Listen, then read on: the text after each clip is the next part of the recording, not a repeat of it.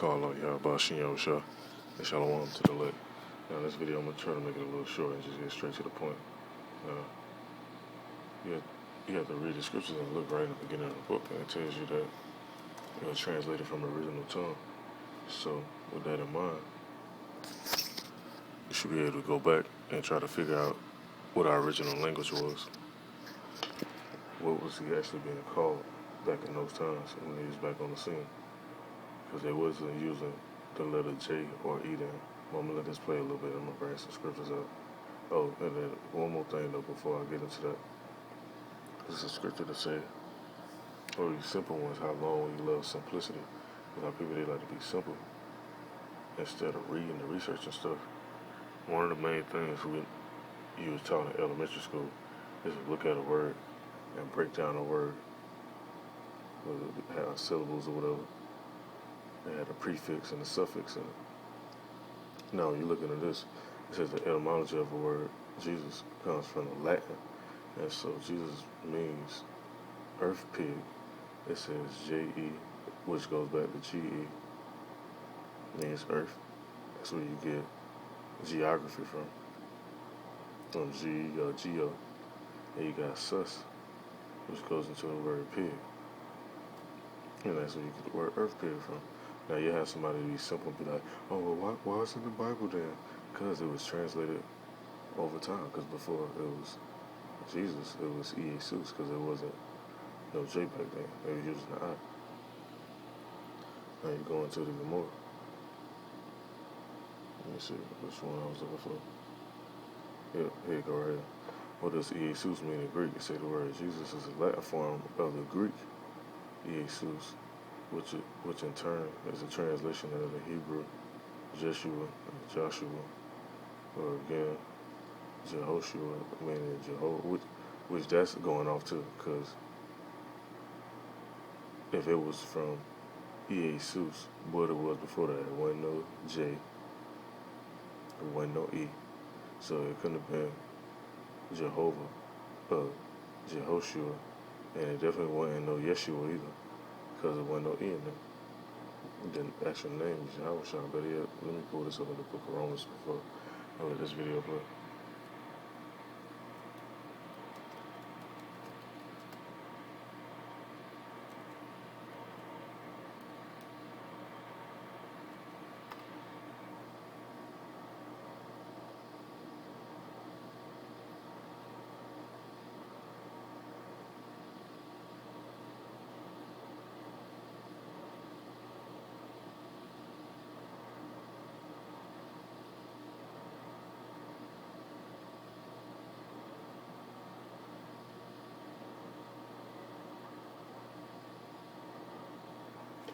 Hold on 1 minute, let me make sure I find the right scripture real quick.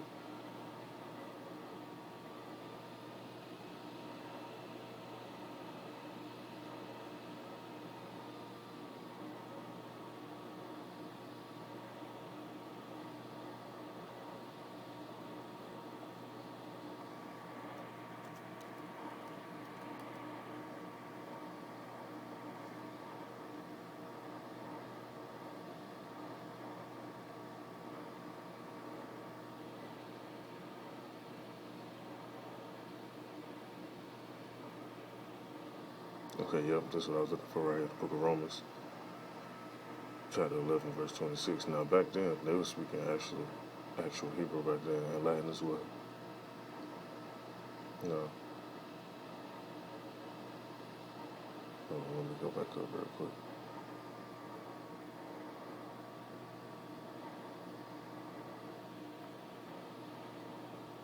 No. Before I get to verse 25 and 26, I want to read this real quick.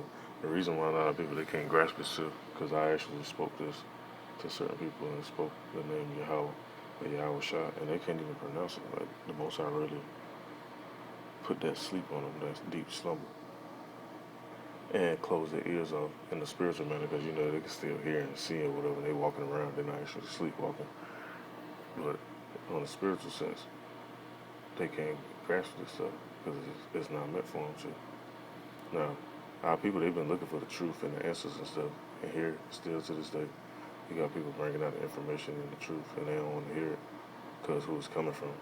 They expect it to come from some other source. If one of these damn devils got on TV and started bringing this stuff out, they'll listen to it though, but they don't want to hear it because of the source. And that's what it really is. And ultimately, because they're not meant to hear it. But right here in the book of Romans, chapter 11, verse 7, it says, What then? Israel have not obtained that which is seeking for, but the election have obtained it, and the rest were blinded. So the rest of the people, they definitely blinded. They can't see all this stuff. Now, Esau tell them something, they're going to believe that shit, but got the information that we need to know about sitting right in front of us. It ain't going to resonate with everybody, because everybody not meant to see it. Now, in verse 8, it says, according as it is written, Yahweh have given them a spirit of slumber, eyes that they should see, that they should not see, and ears that they should not hear, until this day. In verse 9, it says, and David said, let the table be made a snare, and a trap, and a stumbling block, and a recompense unto them, that their eyes be darkened, that they may not see, and bow down their back all the way. And that's still going on to this day, man. No matter how much information you try to bring out for certain people, it ain't meant for them to get it, they're not going to get it. But those that's meant to get it, it's going to be like, just say you get taught a lesson in third grade or something, and then you end up having a test, and your freshman year of high school or something, and you go, I remember that happened in third grade or something. Basically, similar way with these scriptures. This stuff we already knew. It was just being brought into remembrance. Now, verse 25, it says, and this going back into what I was talking about by the name Yahushua. Because the name Yahushua, all it just means is the deliverer, which you have it sitting right here in plain sight. Now, in verse 25, it says, for I would not, brethren, that you should be ignorant of this mystery, because it is a mystery, because everybody still can't get this. Say, lest you should be wise in your own conceits, that blindness in part is happening to Israel until the fullness of the Gentiles become in. And then you still, to this day, have a lot of people caught up on the word Gentile, which the word Gentile is a double meaning word, which I brought out in the other videos. It means heathens, keeping heathenistic customs. Then you have our people that keep those heathenistic customs and don't know who they are. So they would be considered Gentiles too. That's why it says, until the fullness of the Gentiles become in. Because the heathen can't come into this. But our people that might be practicing Buddhism, Islam, Hinduism, or whatever other little nonsense they practicing, if they meant to wake up and snap out of that and come into the fold, they will be considered a Gentile coming in. But they end up putting off that old man and putting on a new. Now in verse 26, it says, and so all Israel shall be saved as it is written. It shall come out of Zion, the deliverer, and shall turn away ungodliness from Jacob. And the deliverer is Yahushua.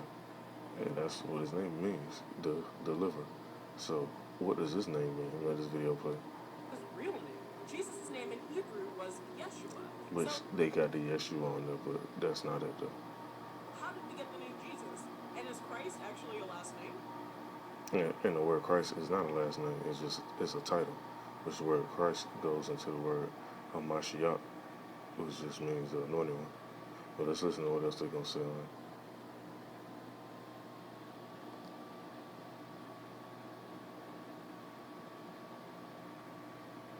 And if you pay attention to imagery, that's where Yahushua coming back in. One of those. Like it mentions in the book of Acts. Same way you see him going up into heaven is the same way he's going to come back. The same way he should return, so to speak. Perhaps the most well-known name in the entire world, Jesus Christ, is the name of the Messiah of the Christian faith. And that name has become pretty widespread, regardless of your personal beliefs. But there's something unusual about the name Jesus, since in the original copies of the Bible, his Hebrew name is actually written as Yeshua, which more closely... When she going on, see this, and this is another reason why the Most High say women shouldn't be teaching the scriptures, because they don't really comprehend what they're supposed to comprehend. They're supposed to learn from their man and be silent. Now, let me go into that scripture real quick.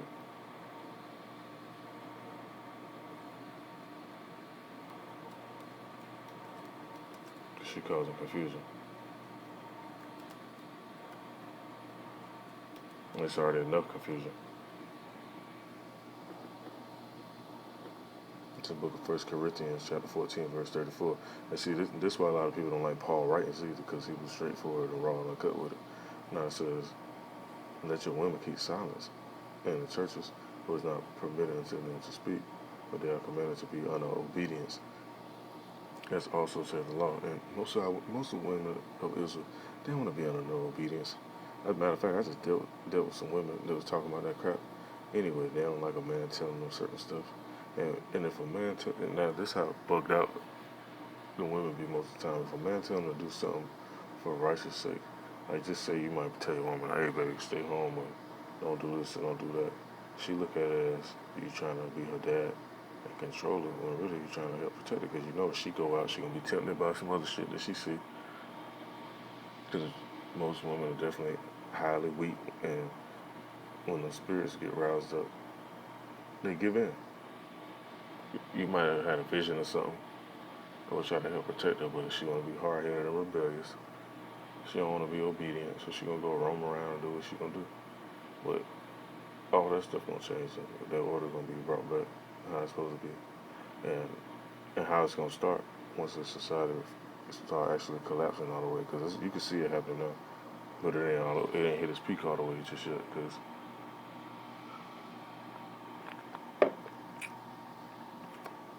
people still having fun, partying it up, murking it up, blowing money, doing little wild shit.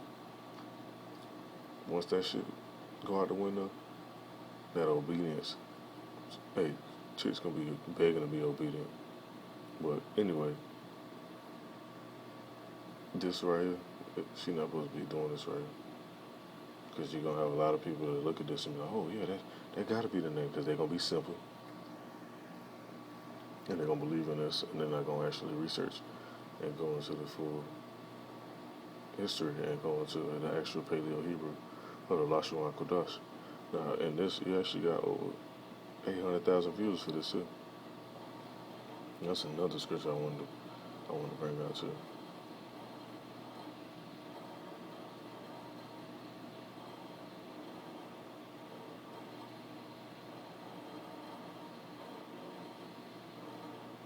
You got some more precepts over here too, which I don't really want to get too much into, so I'll just bring out a few and I'm gonna keep it going.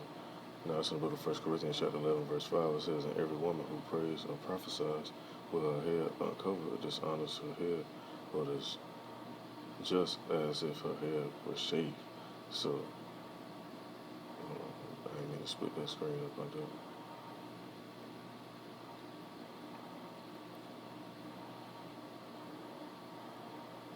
Oh, it's definitely not covered up.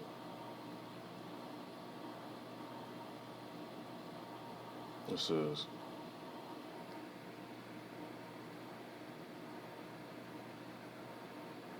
let's see what else I'm going to. This is another one. You got a woman to my shit, a woman of God, and she into the scriptures in the church. Hey, speak on this. Which I'm going a little off on topic, but I'm just bringing it up because I happen to see this lady trying to teach this, and she really not supposed to be teaching this. But it says in 1 Timothy chapter 2, verse 11, it says, a woman must learn in quietness and full submissiveness. Now you say that, they're going to say, oh, you're a misogynist, and that's toxic masculinity. That bullshit. That's Esau terms. Nobody's saying that shit to Esau. Start saying that. Now, this is another one right here. This is the main one I want to go into. It says in 1 Timothy chapter 2, verse 12, it says, I do not permit a woman to teach or exercise authority over a man. She is to remain quiet. And a woman not supposed to be teaching the scriptures, because you know what they're going to do? They're going to think with emotions. They're not going to think with logic. They're not going to check out every spectrum, every detail. They're going to talk, oh, I feel like that shit. It's another one too I want to go into, and I'm going to let the video play some more. Let me see, I just seen it up here. Okay, yeah. It's the book of Genesis chapter 3 and 16. It says to the woman, he said, I will sharply increase your pain and childbirth. That's why a lot of women, they be like, I don't know why it's so painful to have kids. Hey, it's look reading the book of Genesis is right there. It says, "In pain you will bring forth children. You will desire your husband, and he will rule over you." And the Most High increased that pain because really, it really should be a quick and not a strenuous type scenario. But since Eve wanted to play around and get into them other philosophies, and our women still to this day want to get into these other philosophies. That's why when they have these kids, they gotta get the trying to think what it is. Some type of medicine they give. I can't think of right now because I just got in from work. I'm a little sleepy, but I just want to bring this up. Damn, what's the name of that damn medicine they give a woman? It's some type of junk that numb the pain. I'm sure y'all know about it. You can put it on the board, comment board or whatever or something. But epidural, that's what that shit is. I know it'll come to me. Yeah, that's why they had to get that. And the Most High put that pain on y'all ass, y'all. Hey, it's funny, but it's fucked up at the same time. Lines to the English name Joshua. So where did this translation come from?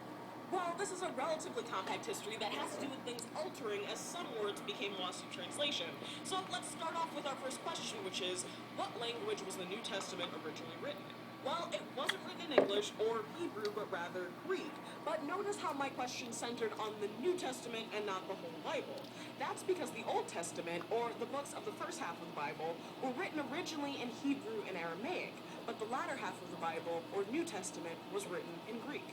So this leads us to our next question. How did Yeshua become translated to Jesus? In the text, a Greek-English lexicon compiled in the 19th century by Henry George Liddell, Robert Scott, and others, Yeshua was translated into ancient Greek as Jesus.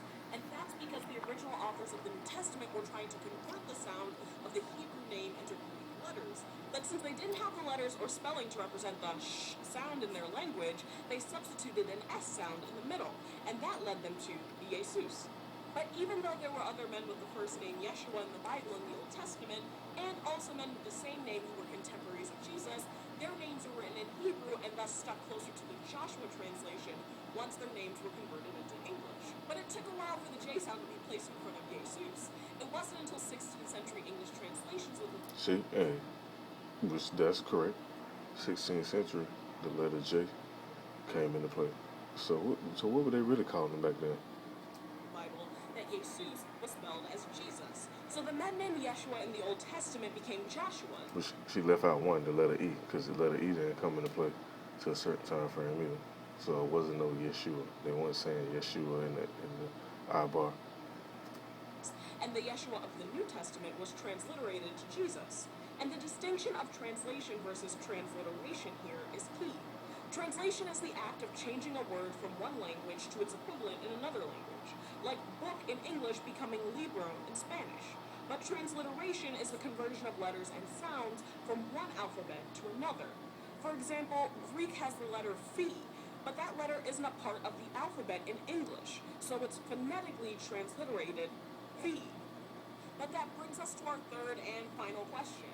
How did Christians arrive at the full title, Jesus Christ? Well, according to an op-ed piece in Newsday written by Rabbi Mark Gelman, Hebrew naming practices don't favor last names, but rather take the form that demonstrates parental connections to a father or mother. Gelman notes, a Jewish name is your first name in Hebrew, followed by a connecting word ben, which means son of. If you are male, or bat, which means daughter. Was that's falsehood, because it's not Ben, it's Bon. That's how you get the word son from. You have certain people that say that too, up in New York or whatever. They be like, what up, Don, or what up, Bon. That's where they get that from. From the I-bar, which is the Hebrew. If you're female. These connecting words are followed by the first name in Hebrew of your father, and in some cases also the first name of your mother. He goes on to write that in some cases... Like, for example, when they talk about Simon Peter, was in the I-bar, it's Saman Banyana. That's how you say it. Your place of birth or origin can also be added to the end of your name in Hebrew to help distinguish between people with the same name from different places. But in the Christian faith, Jesus is noted as the Son of Mary and God. So the traditional naming... Which that is false. Matter of fact, let me get that. I wasn't going to make this video that long, but let me get that, man. Because that's another false...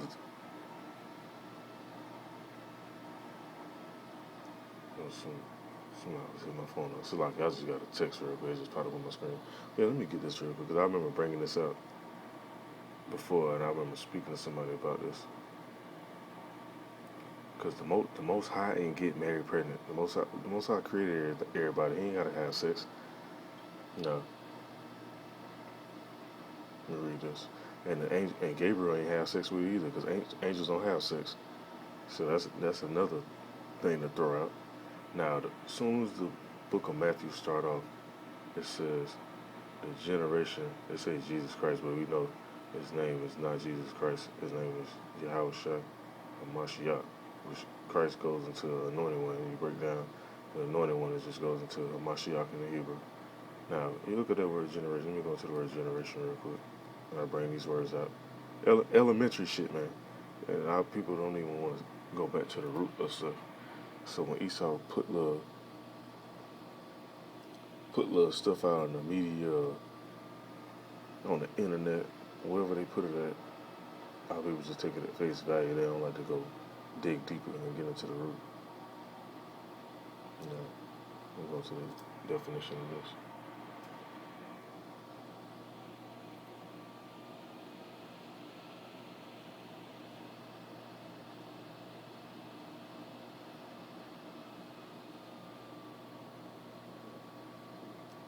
Now let's see how many definitions they got on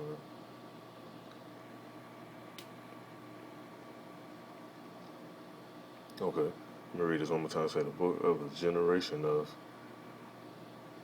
Yahushua HaMashiach, the son of David, the son of Abraham. Now, how in the world will he be the son of David and the son of Abraham? Now, come on now, you gotta think about this. You gotta read that word generation and see the meaning of it. Now, the first meaning it says all of the people born and living at about the same time, regarded collectively. It says, let me go into some more definitions. Oh, here you go, right here. One good one I want to go into. It says a set of members of a family regarded as a single step or stage in descent. So, in order to be a set of members of a family, how does that happen? Through sex. Now, people would be like, oh, well, Mary, she was a virgin. Let's go into the word virgin.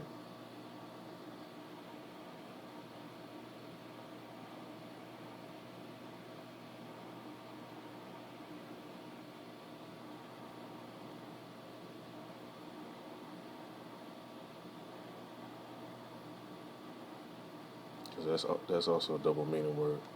And it's simple, man. Like, hey, and the scriptures say that. But that's the reason why everybody can't get it, though. It says, plain and to the holy, but stumbling blocks to the wicked. So, hey, if you stumbling over this, you might want to go look in the mirror and go say some prayers or something. And think about your character.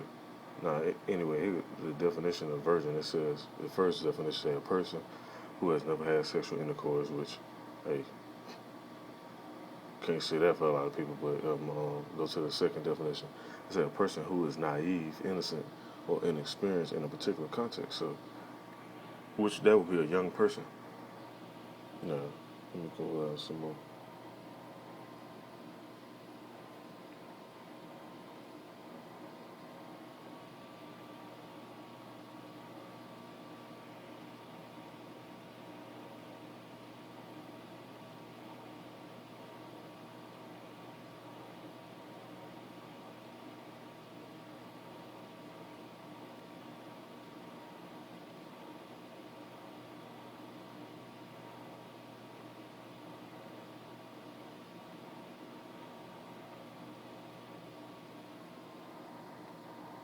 All right, the main definition they showing on here is going elsewhere. That ain't exactly what I was looking for.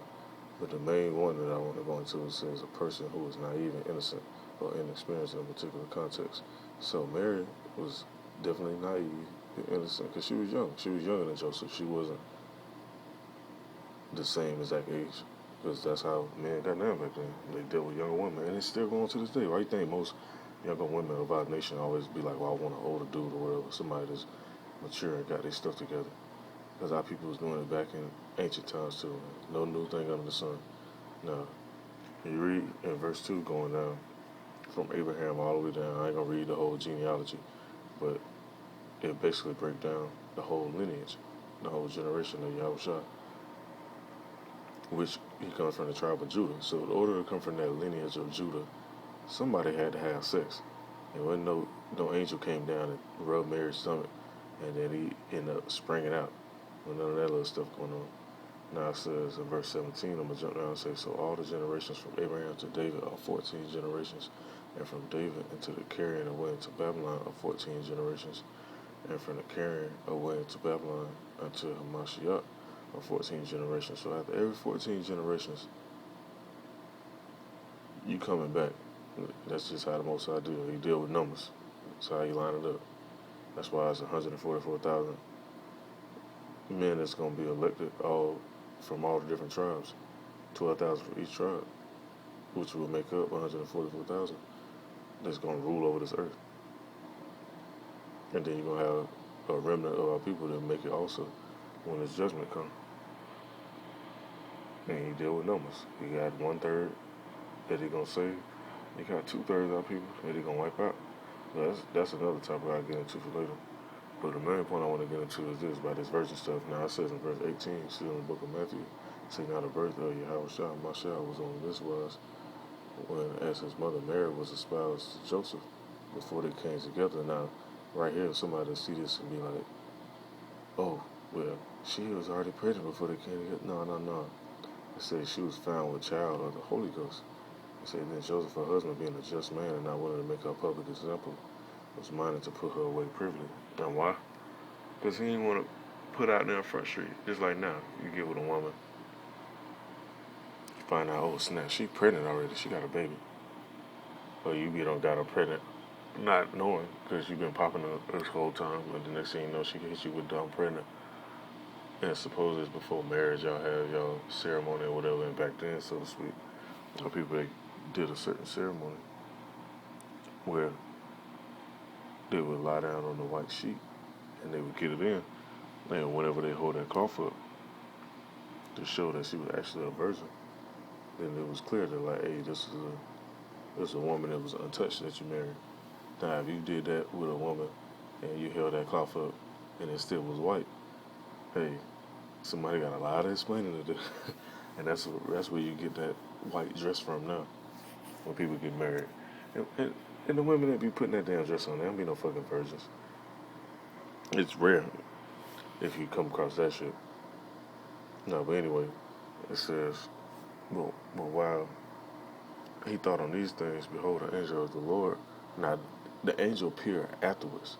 It says the angel of the Lord appeared unto him in a dream, saying, Joseph, thy son of David, fear not to take unto thee Mary thy wife, for that which is conceived in her is of the Holy Ghost, and she shall bring forth a son, and thou shalt call his name Yahushua. Now, I didn't say the angel came down and he got Mary pregnant. Now, that's false. That's some Catholic woman worship bullshit that they made up. Now it says, for he shall save his people from their sins. Now all this was done that it might be fulfilled, which was spoken of the Lord by the prophet, saying, behold, a virgin shall be with a child, and shall bring forth a son.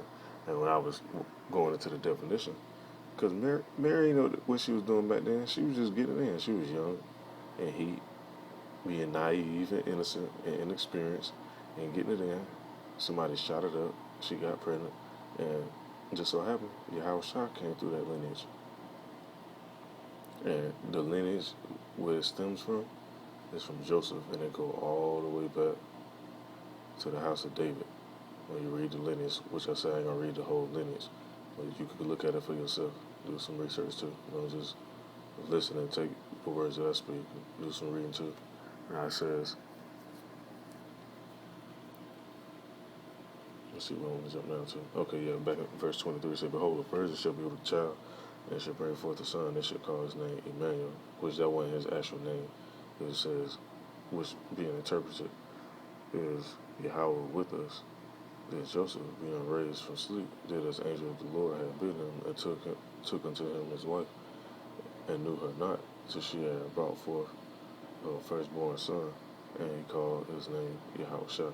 So that's what really happened, man. It wasn't no immaculate conception, and the Most High ain't get married pregnant, man. Come on, man, be for real. Of Jesus, son of Joseph, Mary's husband in the Bible, would be fitting. Instead, during his lifetime, he was known as Jesus of Nazareth, drawing the second half of his name from where he was from and not from either parent. The Christ portion of his name isn't a last name at all, but a word translated which means the Messiah, or God's anointed one, who is prophesied and foretold about in the Jewish faith. So Christ in this case functions more like a title, as in Jesus the Anointed One or Jesus the Messiah, rather than as a last name. So how does it all add up? In the case of the name Joshua, the name went directly from Hebrew. And that wasn't how he looked either. You see how they put these little images up, and you still got Eve playing, because she should know better than this. If he come from a certain lineage and they spoke a different language back then, how did those people look back then? The people from the tribe of Judah definitely didn't look like this. English. But in the case of the name Jesus, it traveled a more winding linguistic trajectory from Greek spellings to English. And it probably is because contemporary English naming practices follow a strict form of first. And these be the same people that be like, well, color don't matter. It do fucking matter, because if you go report a crime or some other shit going on, and they ask you, well, how did he look? Or you be like, oh, it was just a man. What they gonna ask? They gonna be like, how tall he was, what color he looked like. So we describing somebody. If you describing the Most High Son, you gotta get a correct description. You can't be playing no games and throwing some little false image up. Name than last name, like Danielle Bainbridge or John Doe, that a lot of us who speak English get a bit mixed up by thinking Christ is a last name instead of a title. So, what do you think? Have anything else to add to our timeline? Drop it below. And I ain't dropping it below. I'm gonna upload my own video. That's what we do this for. To correct all the false stuff that be going on, edify the elect. Because, like I mentioned, everybody not gonna get this. Let me go into the Apocrypha and I'm gonna end this video with this last scripture.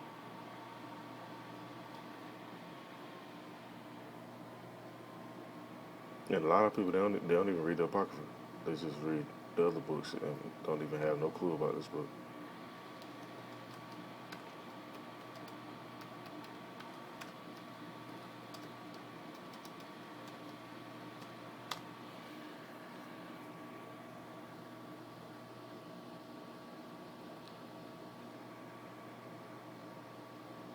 It's in the book of Sirach, also known as Ecclesiasticus, chapter 17 and verse 10, it says, and the elect shall praise his holy name.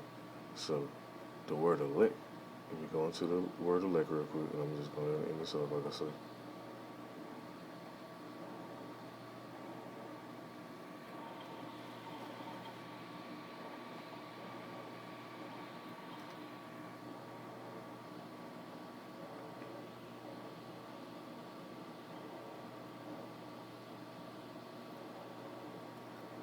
It's of a person chosen or singled out. And the most, and another thing too, you are gonna be watching these videos. If you going, whatever you're gonna do, man, you go through it for a reason. The Most High building you up. Like I was telling one of my Akim, man, like, you can't be a ruler over the earth and the universe without experiencing that. You gotta go through something. You can't just be given something like, all right, go ahead, go do what you're gonna do. Like, no, you gotta experience something. You gotta go through some hurt. You gotta go through some pain. You gotta go through some betrayal. You gotta deal with certain situations and know what type of judgment you need to make. You gotta experience different type of people so you know the characteristics of a thief, of a liar, of a cheater, of a murderer, of a con artist, whatever. You gotta experience all this stuff so you'll be able to have that mind to know what's up before it even come around you. You just spot it right off rip. I'm going to read on some more. It says, the elect, chosen by Yahweh for salvation, the elected or chosen for a position, but not yet in office. Hey, and Lord's willing, we those men, we ain't in office yet, but the 144,000 going to rule right along and be joint heirs with Yahweh Shah once this society be brought down. And it's coming soon, man. You can see it, all the stuff going on around the world. It's plain as day, man. Like I say, and like the scripture say, it's plain unto the holy, but stumbling blocks to the wicked. And Lord's willing to edify, call on Yahweh Shah, and Shalom to the left.